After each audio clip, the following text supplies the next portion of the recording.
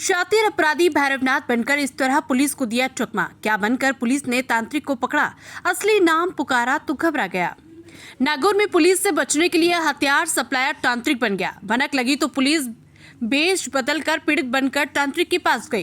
तांत्रिक पुलिसकर्मी के बाल पकड़कर तंत्र मंत्र करने लगा। इस दौरान पुलिस ने आरोपी का असली नाम पुकारा तो वो घबरा गया।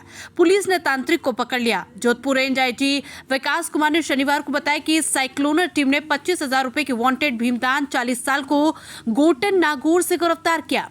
शुक्रवार रात 12 बजे पुलिस पहुंची तो आरोपी धूनी लगाकर बैठा था। भीमदान 5 साल से फरार था। वो देशनोक बीकानेर का रहने वाला है।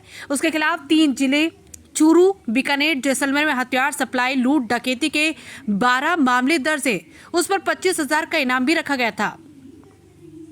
साइक्लोनर टीम आरोपी भीमदान को पकड़ने के लिए 1 महीने से जानकारी जुटा रही थी। उनके नजदीकी लोगों को ट्रेस किया तो पता चला कि भीमदान तांत्रिक का वेश बदलकर घूम रहा है। उसने मोबाइल बंद कर रखा था। वो नागौर, बीकानेर और जैसलमेर में धूनी लगाकर लोगों की समस्या दूर करने और इलाज करने का ढोंग करता था। तांत्रिक के रूप में खुद यजमान के पास पहुंचा था। बात करने के लिए यजमानों के मोबाइल का ही इस्तेमाल करता था। काफी समय से उसने नागौर के गोटन इलाके में धूनी लगा रखी थी। साइक्लोनर टीम को एक मुखबिर से सूचना मिली कि भीमदान भेरू गिरी महाराज के रूप में नागौर के गोटन में है। पुलिस टीम ने उसे दबोचने का प्लान बनाया।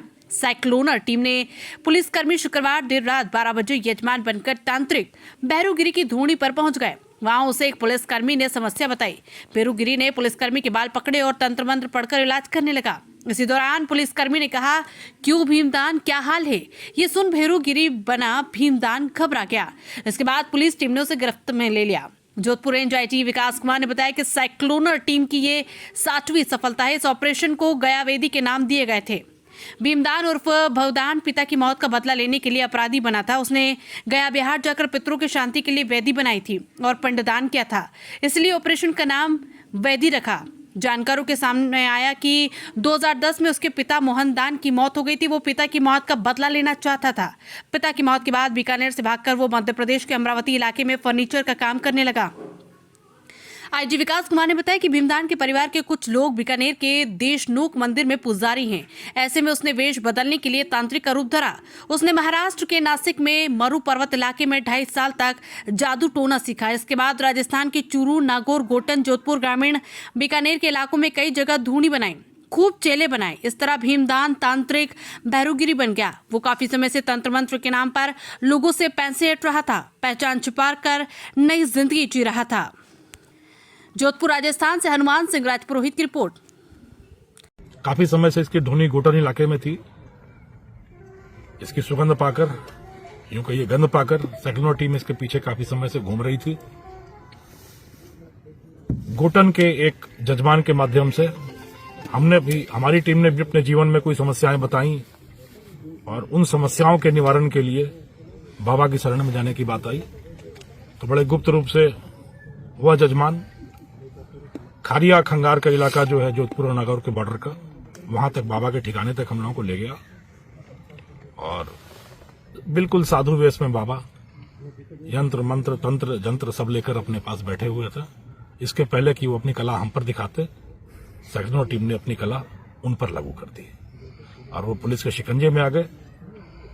आगे का जादू टोना अब कानून करेगा उनके ऊपर और मैं उम्मीद करता हूं कि जो जीवन में जो शांति की तलाश कर रहे थे वो शांति उनको मिलेगी और जो बाकियों की जिंदगी में शांति का उन्होंने वशीकरण का मंत्र चला रखा था, उनकी गिरफ्तारी मात्र से कई सारे लोगों को जो उनसे पीड़ित हैं उनको शांति मिलेगी। सर, कितने जिलों का वो वांछित था? कितना इनाम उस पर घोषित था? इनाम जैसलमेर से रामदेवड़ा इलाके से उस पर करीब 20,000 का इनाम घोषित था, 20 या 25,000 का इनाम घोषित था। बाकी जिलों से वो चूरू में, बीकानेर में, इन जिलों में भी वांछित है। बाकी और क्रिमिनल रिकॉर्ड लिए जा रहे हैं। करीब 1 दर्जन मामले अभी तक संज्ञान में आ गए हैं और बाकी जगहों से रिकॉर्ड लिया जा रहा है। इन 3 जिलों से तो वांछित की सूची आ गई है, चूरू, बीकानेर और जैसलमेर। जैसलमेर से 20 या 25,000 रुपए का इनाम भी है। सर, उसके पिता की हत्या का बदला जैसा आपने बताया कि क्या कहानी थी, क्या उस पर कार्रवाई नहीं की गई? उसके मन में ऐसी क्यों बात आई कि ये बहुत 2010 के आसपास की बात है करीब। ये अभी 35 साल के करीब 35 से 40 के बीच की उम्र है इसकी, तो 2010 के आसपास की बात है। उस कहानी पर वो अभी चुप्पी साध रहा है कि क्या हुआ, कैसे हुआ, ज्यादा विस्तार नहीं बता रहा। अभी पूछताछ में पूछेंगे, बट जो प्राइमा फेसी अपराध की दुनिया में, अपराध के दलदल में घुसने का जो प्रथम दृष्टया कारण वो बता रहा है, वो यही बता रहा है कि मृत्यु का प्रतिशोध लेने के लिए मैंने हथियार बनाना, हथियार चलाना सीखा और इस कला में महारत हासिल की, प्रावीण्य हासिल किया, पर लक्ष्य से भटककर उस हथियार का अपने पर्पज से यूज करने की बजाय लोगों के बीच में आपूर्ति करनी शुरू कर दी। सर कितनी प्रॉपर्टी वगैरह भी उसके नाम से कुछ ऐसा कुछ भी बाबा के नाम पे उसने कितने पैसे कमा दिए? जो भीमदान है इसका परिवार देशनोक मंदिर के पुजारी की श्रृंखला में भी है, तो कमाई का वो जरिया है, खेती है। और अभी जो बाबागिरी चल रही थी इसकी कमाई का कोई लेखा जोखा तो है नहीं, पर जीवन अच्छे से मजे में कट रहा था, किसी भी चीज की कमी नहीं थी। गाड़ियों का भी कुछ धंधा करने की भी बात आई है कि मैं पुरानी गाड़ियां इधर से उधर कराता था, ये सब धंधे भी सामने आ रहे हैं, बहुमुखी धंधे हैं। पर अपनी पहचान बदलकर लोगों को और पुलिस को दोनों की आंखों में धूल झोंकते हुए दोनों को अलग अलग तरीके से बेवकूफ बनाने की एक कवायद थी जो आखिर कारगर नहीं सिद्ध हुई और वो साइक्लोन टीम के गिरफ्त में आ गया। इस अभियान का नाम क्या क्या कुछ बदलाव किया था? खुलिया तो वो दाढ़ी वाड़ी रख के भगवा हुआ पहन के वो पूरा बिल्कुल साधु के वेश में रहता है। जो पुराना भीमदान का अगर की आप तस्वीर देखें और अभी देखें तो नंगी आंखों से, आम आंखों से यह पहचानना मुश्किल है कि यह वही व्यक्ति है।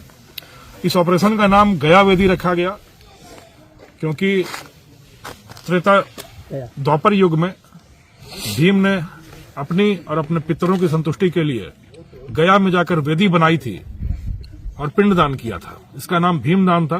तो यह भी शांति के लिए कर रहा था, शांति के लिए कर रहा था और यहाँ से बाहर जाकर पितरों की शांति और अपनी शांति के लिए कर रहा था। तो इसका नाम ऑपरेशन गया वेदी रखा है। सर क्या आपका इस मजाकिया अंदाज कहीं न कहीं जो है अपराधी है उनको मैसेज है कि भाई आप इसे मजाकिया अंदाज कहकर पुलिस की पूरी कार्रवाई की तौहीन कर रहे हो। यह मजाकिया अंदाज नहीं है, यह रोचक है। नहीं, इसको लेकर अपराधियों में भी एक मैसेज है कि आप अलर्ट हो जाएं, नहीं तो आपके साथ भी ये होगा। रोचक इसलिए है कि एक तो सबसे पहले हर अभियान को एक अभियान का स्वरूप देना और उस अभियान को छद्म व कूट नाम देना। छद्म व कूट नाम इसलिए देना ताकि एक सामान्य आदमी यदि उसी किस अभियान की चर्चा सुने तो उसके समझ में नहीं आए कि किसके बारे में बात हो रही है, किसके बारे में चल रहा है। पर वह नाम उस व्यक्ति के व्यक्तित्व या कृतित्व से जुड़ा होता है, अभियान का नाम।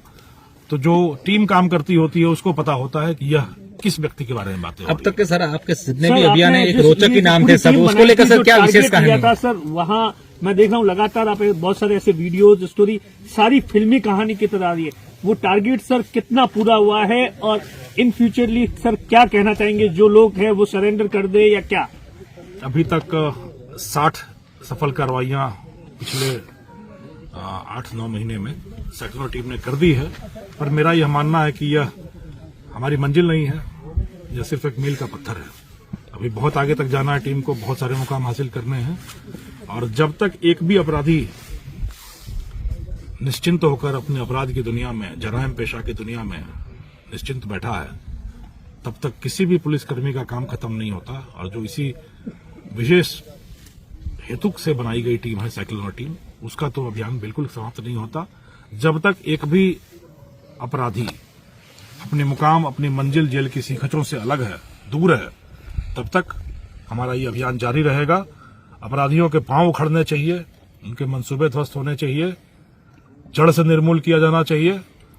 लोगों का सामने आना जरूरी है अपराधियों की सूचना लेकर और आम जन की आंखों में विश्वास हो, व्यवस्था के प्रति आस्था हो और अपराधी की आंख में न सिर्फ आंख में खौफ हो बल्कि उसके मेरुदंड में कपकपी हो, उसके पांव खड़े रहें। यही हर एक पुलिसकर्मी का कर्तव्य है, ध्येय वाक्य है और इसी पर हम लोग कार्य करेंगे। सर क्या अल्टीमेटम मैसेज देंगे तमाम उन अपराधियों को जो इस प्रकार का भेष बदल करके या फिर इन अपराध की दुनिया में कहीं न कहीं किसी कारणवश चले गए हैं, तो उनको आपकी ओर से क्या सख्त शब्दों में मैसेज है कि सावधान हो जाएं या फिर हमारा बड़ा स्पष्ट संदेश है, यहाँ पर हर तरफ, चारों तरफ पुलिस की आंखें हैं, भागोगे कहाँ, तुम्हारी मंजिल तो जेल की सलाखें हैं। सर जो भीमदान को आपने पकड़ा है, जो क्योंकि इसने प्रारंभिक पूछताछ में किस तरीके कितने हथियार बेचना या इसके पास अभी फिलहाल में कुछ इस तरह की रिकवरी हुई है? कोई लेखा जोखा तो रखा नहीं है, बट 2-3 मामले हैं जिसमें किसी में 6, किसी में 8 इस तरीके से हथियार इसके पास से बरामद हुए हैं। पूछताछ में और भी बताता रहता है कि मैं 30 से 40 लाख रुपए में एक कट्टा बनाकर बेच दिया करता था। तो काफी संख्या में इसने हथियार सप्लाई किए हैं। यह पूछने पर कि अभी हथियार सप्लाई का धंधा क्यों नहीं कर रहा है, उसने कहा कि चूंकि मैं सरगना के रूप में स्थापित हो गया था तो हर चीज में पुलिस मेरे पीछे ही पड़ती थी और मेरे भी आगे आते थे, तो इसलिए मैंने वेश बदलकर एक दूसरा धंधा चुना कि लोगों को शांति के नाम पर उनके जीवन में शांति क्रिएट करना, और उस धंधे में लगा था। और इसी कारण था कि चूंकि वेश बदल रखा था, धंधा बिल्कुल बदल रखा था, तौर तरीका बदल रखा था, रीति रिवाज बदल रखे थे। तो पिछले 5 सालों तक आराम का जीवन, निश्चिंत जीवन जीने में इसको कामयाबी मिली। बट 5 साल का समय, घड़ी की सुइयां वहीं स्थिर हो गई। अब सजा अब नहीं शुरू होगी, जब 5 सालों के बाद शुरू होगी। फिलहाल कार्रवाई में सर कोई बरामदगी हुई है कुछ इसके पास में? इसके पास से तंत्र मंत्र के सामान ज्यादा मिले हैं। कोई ऐसा हथियार वाला धंधा तो इसने काफी समय से छोड़ रखा है। जंत्री, तंत्र, मंत्र, इस तरह की चीजें मिली हैं। जो वीडियो है मैं आप लोगों को दिखाऊंगा। सर, भीमदान भैरू बाबा जो आप बता रहे हैं, उसकी आपको पहचान कैसे, आप कैसे मालूम पड़ा कि यही भीमदान या भैरू बाबा ही है?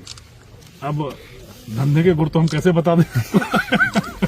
बट जब भी किसी अपराधी के पीछे पड़ते हैं तो हम लोग पहले, हमारी जो साइक्लोन टीम की प्रक्रिया है कि पहले उसकी कुंडली तैयार करते हैं हम लोग। न सिर्फ आपराधिक कुंडली बल्कि वर्तमान गतिविधियों की, पूरे परिवार की, पूरे मित्रों की पूरी कुंडली तैयार की जाती है। और कौन कहां से कैसे, कब कब, कैसे कैसे गया है, तो एक पूरा शोध होता है। और उस शोध के बाद जब मामला पकता है तब उसको एक ऑपरेशन का नाम देकर उस पर अभियानमूलक कार्रवाई शुरू होती है। तो उस शोध की प्रक्रिया में ये सारी सूचनाएं करीब करीब हमारे पास आ गई थी। तो उसके आधार पर फिर कार्रवाई की गई। करीब आप समझ सकते हैं कि ये आज एक दिन की सफलता है तो ये महज इत्तेफाक नहीं है, महज संयोग नहीं है। पिछले करीब 3 महीने से